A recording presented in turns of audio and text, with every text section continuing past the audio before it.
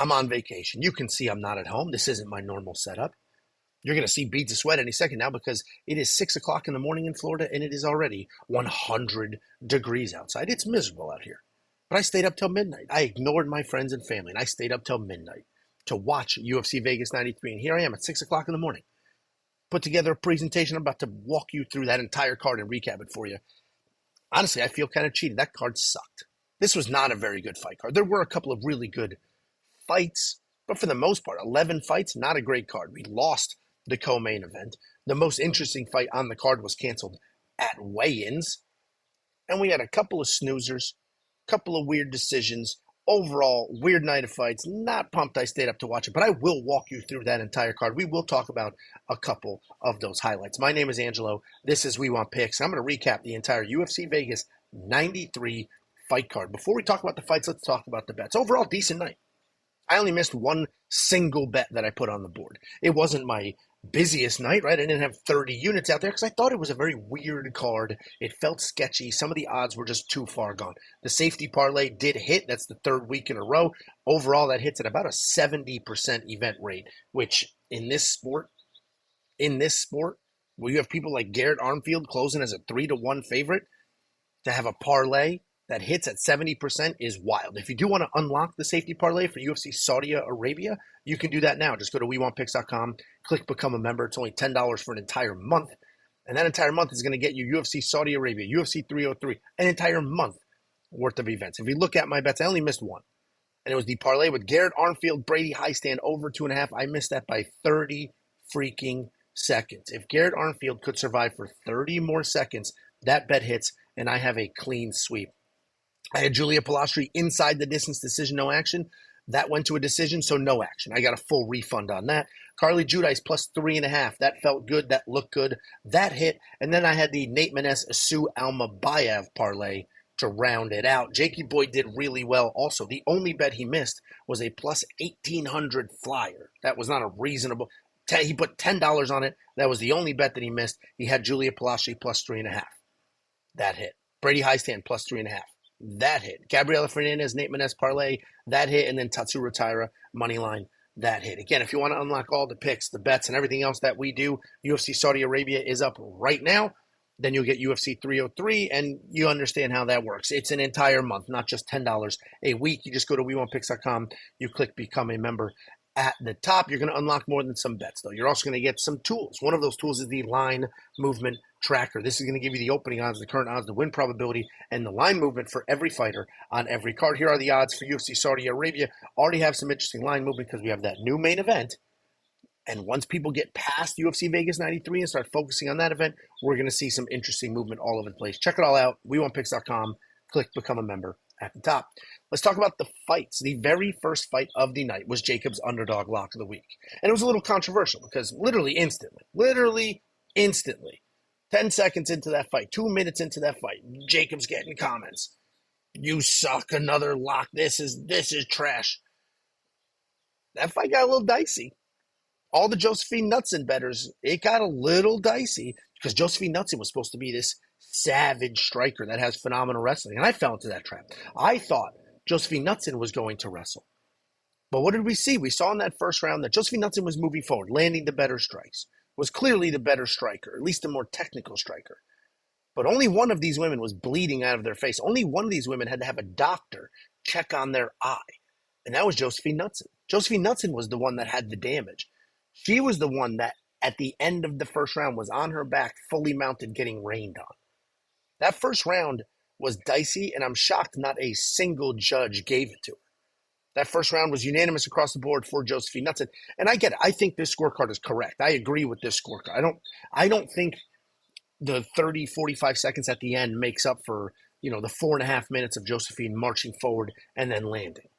But I have heard from you all many, many times that the most important thing is damage. Damage. And there was damage in this fight. But it wasn't on the Julia Polastri side. Josefine Knutsson is the one that was bleeding. Literally, a doctor had to check her cut. She was the one that was fully mounted. She was also the one landing illegal up kicks.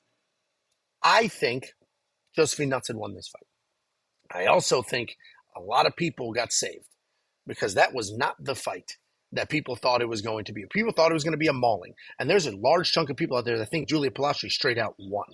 I don't think she did. I agree with this scorecard, but the bet hit. Jacob's underdog lock of the week, the pick was wrong. He picked Julia Polastri to win. She did not win. That was wrong. But the bet that he put on the board was the Julia Polastri plus 3.5. This bet was for free in my best bets video. You can see my very chiseled jawline. The timestamp is right there as well if you want to check that out. The reality is it was a dicey lock of the week pick.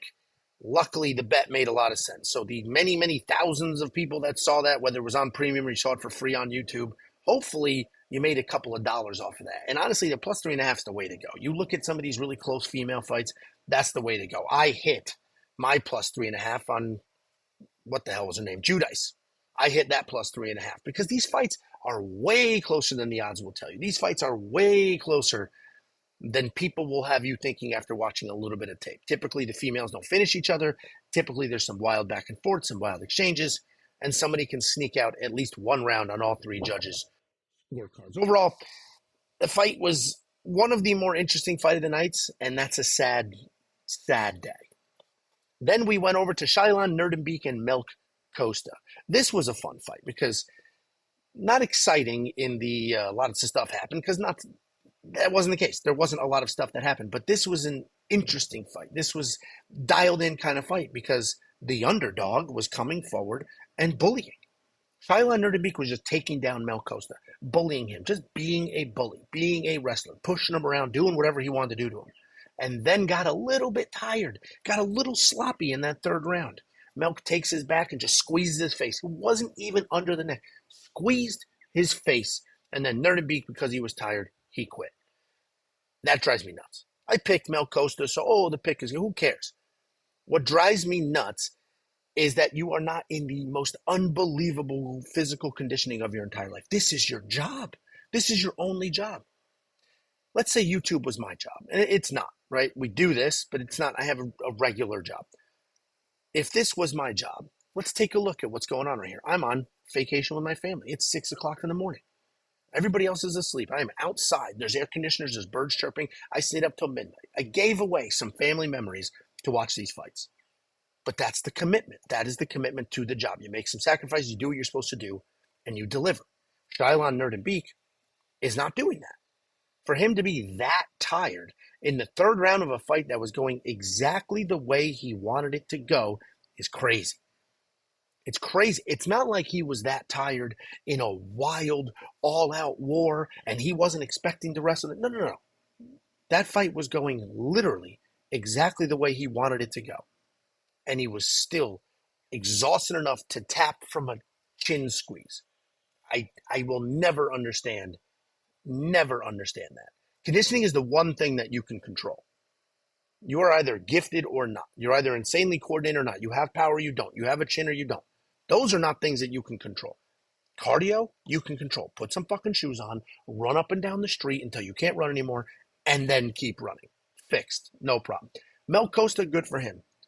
This wasn't a mauling, but he was clearly getting taken down, getting controlled, getting taken down, getting controlled. Ultimately pulled it off with that sort of slick little back take there and then a face squeeze. Costa got it done. I don't think you can leave this being like, Melk is good. Melk is good. This is the guy. This is who we're tying our cart to.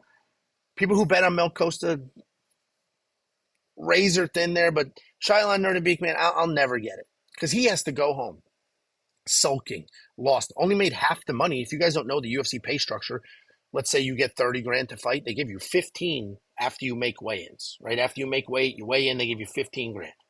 Then you get your other money if you win. If you don't win, you don't get paid. This guy made half of his money because he was tired and tapped from a chin squeeze. Then we had Jeka by knockout. And I think we all knew, right? Westin Wilson's chinny. Westin Wilson's a bum. Jeka can find that chin. Jeka by knockout. This is an actual picture from that fight. And then this is how the fight ended. Jeka sucks. This guy sucks. He's one punch power or nothing. Westin Wilson, just tall as shit, won this fight by being tall as shit. Jeka Saragih is a bum. And that's aggressive because he has insane power and he's got that win. How are these losses going, though? How are these losses? He's getting finished in these losses, and if he can't find that big power, he's got nothing. This fight started by him running across that cage, just, somebody else knocked him out, I'm going to knock him out. And we avoided Jeka like the plague. Jacob basically picked Westin Wilson to win. And I said Jeka should win by knockout, but you can't trust this guy. You cannot trust this guy. Leave it alone. I had no money on him whatsoever. Maybe the under 1.5 would have been solid either direction, but that was kind of juice. So I get that this was the matchup because the UFC has fighters in certain regions that they're trying to build up. They're trying to build that audience. They're trying to expand into the most populated continent on planet Earth. But this ain't it. Jeka Saragih is not going to get you there. He's exciting. He's fun. They gave him a matchup that they thought he could win. And when he didn't get a knockout in the first 30 seconds, he had nothing else to offer. That was it. That was the end of the offering. He had the, nope, I got taken down. Oh, I'm submitted. That's a problem. And that sucks for Jeka. Great for Westin Wilson, though. Good win for him. Went out there after 2 bad knockout losses. Went out there, stuck to a game plan, moved forward, didn't quit on himself, and got it done. Good for Westin Wilson, Jeka Saragih. They just have to give him somehow easier matchups than he already has. And then this was actually one of the best fights of the nights. The 2 female fights were the 2 best fight of the nights. Gabriella Fernandes, Carli Judice. This was an exciting fight. The reason Gabriella won this fight is because she just marched forward. We've never seen her this busy. We've never seen her this active. Gabriella Fernandes looked pretty good in this fight. Literally just marched forward, just stayed busy. Marched forward, stayed busy. She also turned into a wrestler. Sorry for the wind. I'm outside filming this now, 6:20 in the morning. But that pressure was key. I was worried. I had the Carli Judice plus 3.5, meaning she needed to win one single round on all 3 judges' scorecards. That's not what happened. She ended up losing a split decision, but one judge gave her 2 rounds. Another judge gave her 1 round. Bingo bongo, made it happen.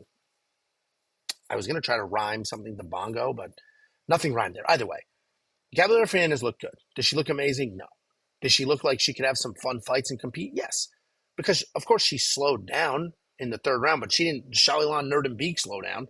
And she slowed down because she was so high volume. She was moving forward, just throwing. She turned into a wrestler at the end.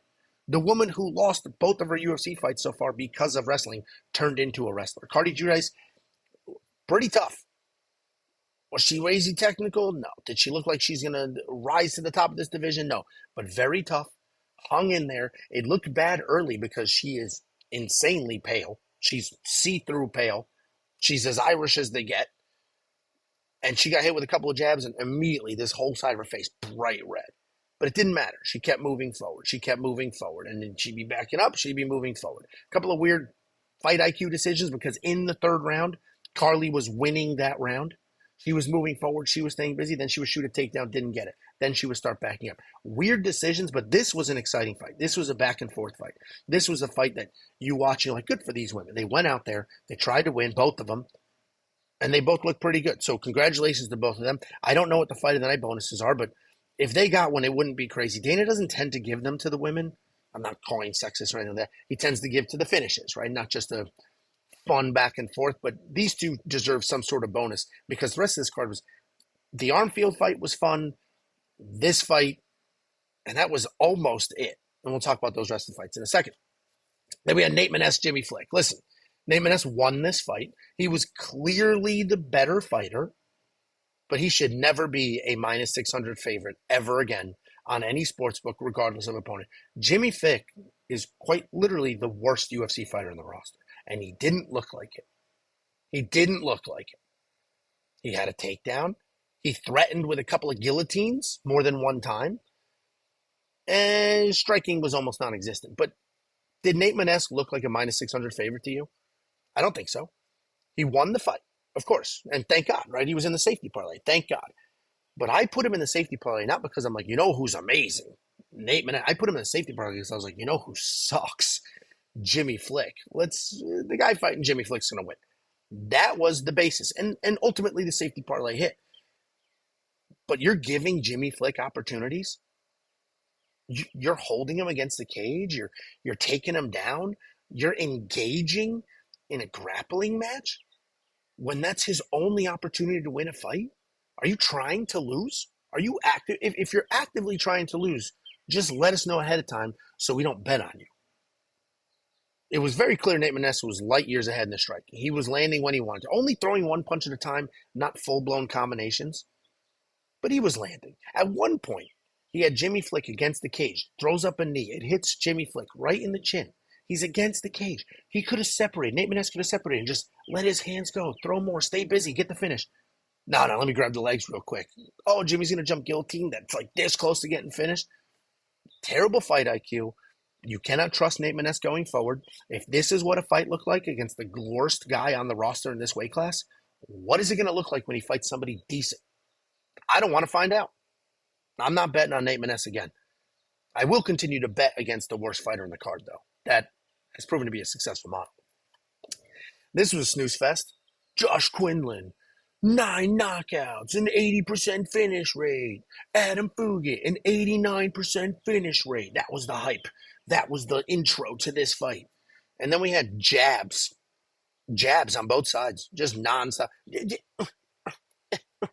It's a joke. It's a joke. This was not an exciting fight. I am happy for Adam Fugitt, though. And to hear his story of like, I got those losses. I was away for a year. And then he went, I think it was the UFC Performance Institute. And they're like, you need to be better. You're not good enough. And then he linked up with Fight Ready and they made him better. Adam Fugitt was like a grappler, a strong wrestler, a strong grappler. And in this fight, he was a striker. And his striking wasn't awful. It wasn't great. My issue with this fight wasn't that it was all striking. My issue with this fight is that they literally were both just 1-2, 1-2. Nobody committed to anything. Both of them fought like they were afraid to lose. They did not fight to win. Neither one of these guys woke up and said, I want to destroy that dude. I am here for a bonus. They both woke up like, all right, if I just get this win, I won't be cut. And that's how they fought. They both fought to not be cut. They both fought to just get the win. And honestly, part of that has to do with the pay structure. I mentioned it with the Shayilan Nuerdanbieke fight. You pay people half their money to get in the cage and fight, and you pay them the other half if they win. The incentive there is to like have people go all out, chase that. I'm going to do anything I can do to get that money. What ends up happening, though, is some people just fight for that money. Like, I don't care how I need to get this win because that's half my money. I haven't fought Nate, what the hell is his name? I'm looking at him. I see the hairline. What? Fugitt, and I'm not even going to edit this out.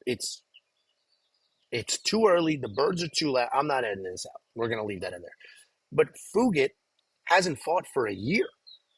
I don't know if he has another job. I don't know if there's another source of income, but he hasn't fought in 1 full year. So he didn't make money from the UFC in 1 full year.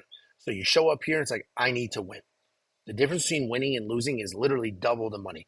And he won this fight. I thought he won the fight. Some people thought, I saw people on Twitter talking about Josh Quinlan dominated. I'm shook. First of all, you're shook from a boring striking match with just jabs landing. You're shook.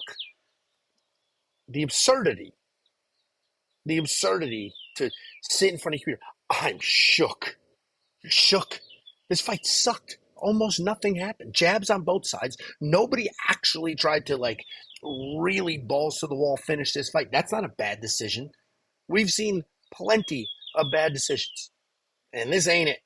Adam Fugitt won that fight though, and good for him. Josh Quinlan, ever since that USADA test, not looking like his old self, is he? This was a very good fight. Reach did not matter. But the reason that this was a good fight, Almabaev versus Jose Johnson, this was a good fight because I was nervous about the reach. Almabaev was in the safety parlay. He's a guy that I believe in. He's a guy that I can trust. He's not going to make the ridiculous decision that Nate Maness was making to shoot takedowns when he shouldn't be. In this case, to strike when he shouldn't be. Sue hung around for the striking a little bit, and then boom, shot a takedown. Boom, I'm on a leg. And once he got any hold of Jose Johnson, there are levels to this. It was very clear that Almabaev was light years ahead in the grappling, in the wrestling.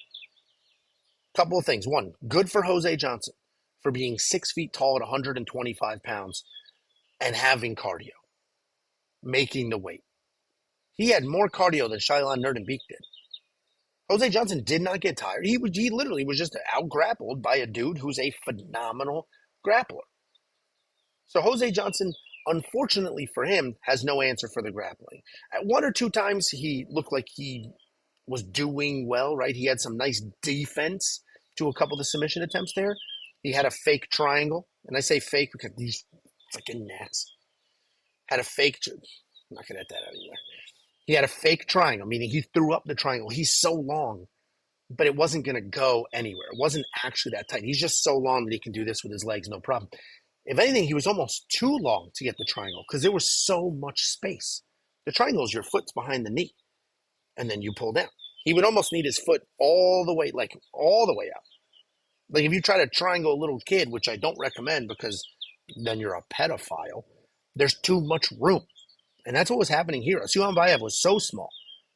Jose Johnson was so long that even though he threw up that triangle, there was way too much space. Not even for 2 seconds was Almabaev worried about. He just stacked them. You could see there was space, worked his arm through, and then continued to work. Almabaev, I mean, he's looked good against scrappy grapplers. He's looked good against the tallest guy in the history of this weight class. He's looked good against people who will try to wrestle him.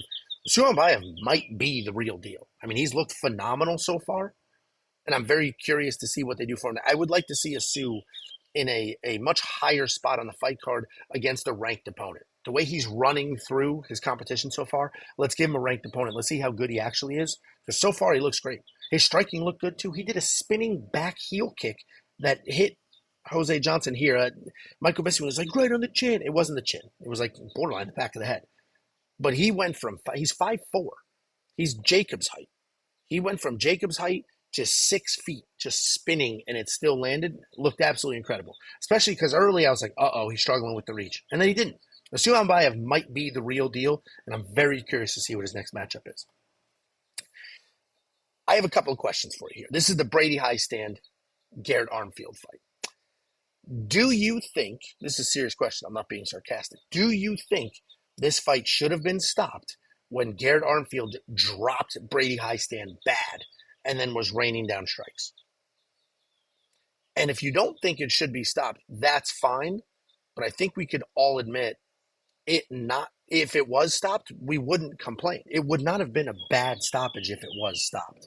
And I'm glad they didn't stop it because look what happened. The other fighter won. So if he stopped it, he quite literally would have taken a win away from Brady Hiestand. So there's a couple of takeaways here. I went in pretty hard on Garrett Armfield this week for trying to meme himself. If you go to his Twitter or his Instagram, he literally is photoshopping himself into memes. It's embarrassing behavior, frankly. But he looked good. He fought well. He looked good in that first round. He was moving forward. He was landing the strikes. There was a couple of grappling exchanges, and he looked very good. He almost submitted Brady Hiestand with an armbar early. Brady took a shot, grabbed the leg, and Garrett Armfield stepped over, and I was like, what is he doing? This looks so stupid. And then worked his hips, pushed that leg through, had an insanely tight armbar, insanely tight, rolled it. It was in for about 45 seconds. I was surprised he didn't win by armbar right then and there. So Garrett Armfield's grappling is very underrated. And people are going to see how he lost this fight, or at least see it on paper, and forget that moment. They're going to forget that he had some grappling success early. I think Garrett Armfield's jiu-jitsu is very underrated because it looked good. I think the other takeaway from this fight, though, is Brady Hiestand's a dog. We knew he was a dog. He was a dog in his last fight. Tanab Bagharai was beating him. He got that takedown in the third round, got the finish. Oh, it was actually very similar to this fight. Literally very similar to this fight. Losing, wins in the third. And I do believe this was 1-1 going into the third, but either way, came down to the third round, was up to Brady. You almost got finished in the second. Almost got finished. It was up to him. And he survives. He gets the takedown. He makes it happen. And Brady Hiestand, first of all, looked huge. He looked absolutely tremendous for this weight class. So he's an enormous guy. Second of all, he is chinny. This dude was dry. It wasn't a powerful punch. He was dropped basically more than once. He was on, the expression is on Queer Street. And I understand the connotations that come along with that, but that's just the expression because he was wobbled around. barely able to stand, ended up on the ground, getting rained on, but he grabbed a leg. The referee let him work, and he worked his way through it.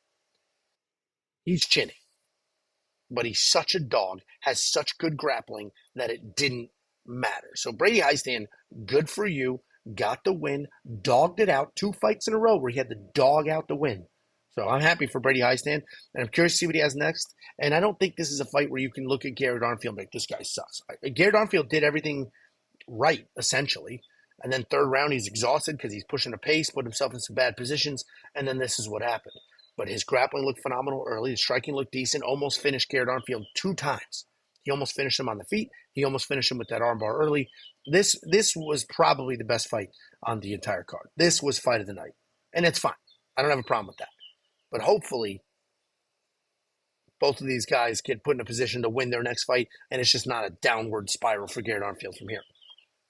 And experience matters. Experience matters. I picked Silva. I picked him to win. People thought it was crazy. People loved Timmy Kwambo. And experience matters. It's crazy to me. I mentioned this on our live stream on Thursday. We did it. It's crazy to me that this is the pinnacle of the sport. This is the mecca of MMA fighting, of fist fighting. The UFC is the highest possible tier. It's the NFL of fist fighting, the MLB of fist fighting. And there are guys that have fewer than 10 professional fights. How do you go from not fighting to only fighting 10 times to being at the absolute highest spot in this sport? That's like if you didn't start playing baseball till high school, did decent, and then you're in the MLB. Not in the farm league, not in a AAA program, actually on a professional team playing every single week. I don't get it. I don't know if that means we're that hard up for talent. If there's just not enough fighters in the world that have 15, 20 fights, a good amount of experience. Or if it's just, who cares, right? The UFC's throwing together a contender series. You need inexperienced guys for the contender series. Let's just do it that way. I don't know, but it's odd to me. And that's what we saw in this fight. We saw the gentleman with far more fights land. Dropped Timmy 2 times. Almost finished him in the first. Dropped him again in the second. Like, just basically beat the absolute piss out of him. And, of course, skills are a factor there. It's not just experience. Skills were a factor there, but the experience matters as well. Timmy's a dog. He was able to survive. In the third round, even ended the fight on top, just going crazy trying to win. So he may end up being phenomenal because he's got the dog in him. You can't teach that. He's not a guy that quits on himself. He's a guy that can work through adversity. We saw all of that, and that's amazing. We also saw him just get beat bell to bell the entirety of the fight before that. I picked the other side of this fight.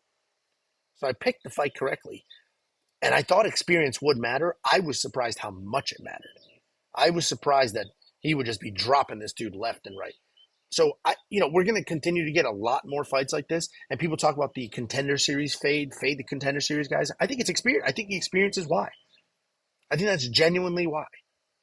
They're just in too big of a promotion, too big of a show, too early. Even though it's the nonsense cage in the nonsense arena, it is still a UFC fight in the largest organization in the world. Contender Series is not the UFC. It's not the UFC. It's its own promotion. Dana White's Contender Series. That's the name of the promotion. It's not the UFC. It's a path to the UFC, but it's not the UFC. What Dana should do is build the talent inside the Contender Series. What he's doing now is he puts somebody on the Contender Series, they get a win, and they're sucked out and sent to the UFC. He should almost treat the Contender Series not like a jump-off point, not like a preamble highlight. He should treat it like an actual promotion. Build talent. Have Timmy Kwamba be the Contender Series champion. Give him 3, 4, 5 fights on the Contender Series, then move him to the UFC. Make it a true promotion where you're building talent. Because right now it's just get 2 talented guys. Whoever wins, if it's exciting, I'll give him a contract. What it should be is bring the people in, run it like a true promotion. Timmy Kwamba's got 4 wins on the Contender Series. Timmy Kwamba's the Contender Series heavyweight champion. And do it like that. Run it like a real promotion. So when they have the Contender Series events, it's not 3, 4 fights a night. It's 5, 6, 7. It's a full promotion. And people go there. They get a 3-fight contender series deal, a 5-fight contender series deal, and run it like that. That's also a place where you can put sort of your used up, not UFC ready guys. You can put them on the contender series. What a great idea. And then we had another snooze. We talked about fight of the night bonuses. I mentioned, maybe the Gabriella Fernandes, Carli Judice fight should get a bonus. Those women went out there. They fought their asses off. They both had some success back and forth, tried to win that fight. This was the opposite. They should, if there could be negative money, fight of the night bonus, like, hey guys, saw the fight, here's your bill. Here's your bill. You actually owe us a little bit of money back because in your contract, and this is actually true, in your contract, you basically have to, I forget the exact wording, but essentially says you have to fight. You have to try to win. You have to go out there and you have to fight. You can't just basically go in the cage, go tap out, and you don't get paid for that. You didn't try to fight. I forget the exact terminology in those contracts, but you essentially have to fight. Would you say these two fought? Was this a fight? What I saw was Miles Johns just landing one shot at a time, and then Douglas Silva de Andrade just being too old to do anything with it. Durable, there, tough, but old. This was not an exciting fight. Miles Johns, younger, faster, has power, has wrestling, didn't really use any of those skills. He was just sort of there. And I don't know if it was just his fight style, because typically Miles Johns isn't a heavy forward pressure kind of guy that's just going to put the pace on you, try to knock you out a million times over. That's not typically how he fights. But Miles Johns is a guy that can fight at a decent pace. That's not what this fight was. This was a terrible co-main event. It's unfortunate. We kind of knew it was going to suck on paper, though, right? That's why we bet the over 2.5. We're like, this guy's not really a finisher. This guy's old and durable. That's what we're going to get for 15 minutes. And that is what we got for 15 minutes. Old and durable versus not a finisher. Not much to say about this fight. It wasn't noteworthy. The main event was, though. The main event was interesting. Tatsuro Taira won this fight by finish. Won the fight. He lost that first round. Tatsuro Taira was losing this fight. He was losing this fight. He was struggling with the striking of Alex Perez. And that's a problem. And Alex Perez is a good striker, but Alex Perez isn't the best striker in the division. Tatsuro Taira was struggling with the striking, lost the first round. In the second round, had a little bit of success, got on Alex Perez's back, and then leaned all his weight to one side. It just blew out Alex's knee. Alex fell to the ground screaming. They called it a TKO. I did see some debates online because some people bet Tatsuro Taira by submission, saying, how is that not a submission? That should be a verbal submission. Verbal submissions are a thing. Verbal submissions are you yell, tap, tap, tap, tap, because let's say your arms are tied up and you're in a knee bar. You can't physically tap, so you have to yell tap. So verbal submissions are absolutely a thing. They do exist and they have happened before. This was a TKO because his knee blew out. His knee blew out. It's no different. If you go look at the Anderson Silva fight, when his leg snaps in half, TKO. Chris Weidman, his leg snaps in half, TKO. Eric Silva versus Muhammad Naimov, TKO. So that's why this was a TKO. I did see those debates, and I understand people bet on Taira by submission, and they didn't get that, and it's unfortunate because Alex Perez was screaming that should be a submission. I get the argument, but it's a TKO. It was a technical knockout. He was physically hurt, could not continue. Technical knockout, TKO. Couple of things, though. Alex Perez looked good in that first round. Striking looked good. I think it was the first or the second. He got taken down, popped right back up. No big deal. I'm up. I'm ready to go. And we saw the takedown defense in the Muhammad Mokaev fight. Great for him. And I wouldn't even watch this fight and be like, Alex Perez sucks. Watch. I'm going to give some credit to Tatsuro Taira, though, because he did lose that first round. He was getting frustrated, visibly frustrated that he wasn't having success striking. So he just went all in on a takedown, created the mess, climbed his back, made something happen, and did something with it. So Tatsuro Taira got the win, earned the win, worked himself through a little bit, I don't want to say adversity, implying he was getting his ass kicked, but worked himself through a little bit of adversity where it's like, is he? I don't know if he's still like really good yet or not. I genuinely don't know.